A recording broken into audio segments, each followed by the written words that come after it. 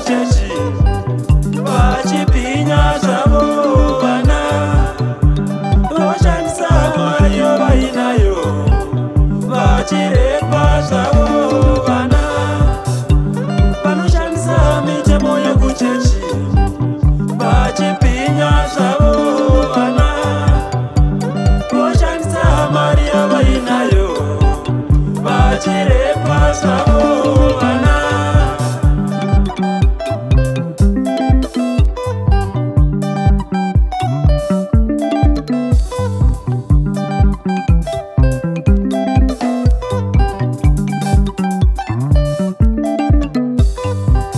Vanoshandisa mitemo yekuchechi vachibhinya zvavo vana voshandisa mari yavainayo vachirepa zvavo vana vanoshandisa mitemo yekuchechi vachibhinya zvavo vana.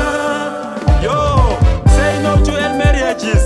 Siyai vanasikana vakure ndovachava namai ramangwana. Tafadzwa Chifire tindadaro 314 Tafadzwa Chifire.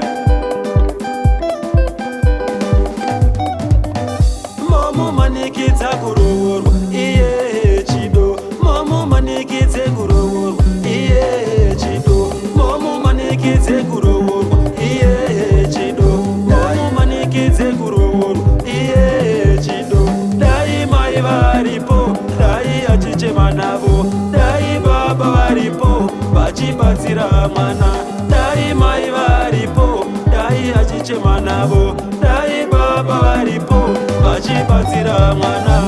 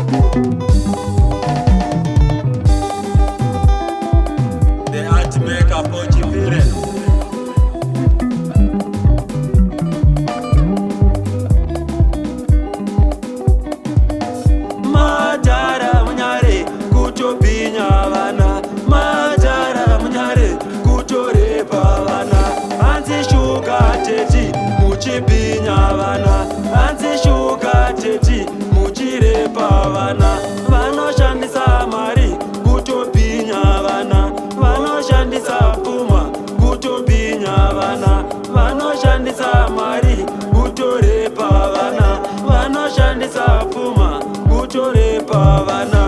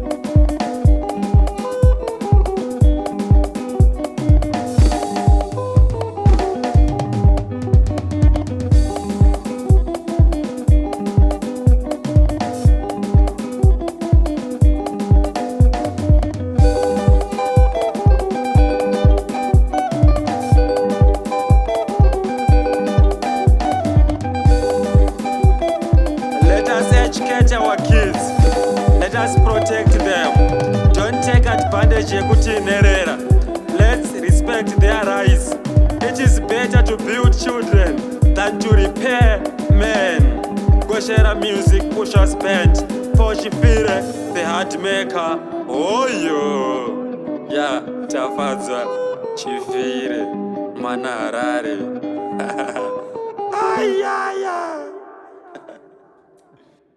This is from the bottom of my heart. Let us respect the rights of the girl child. This is from the bottom, from the inner part of my heart.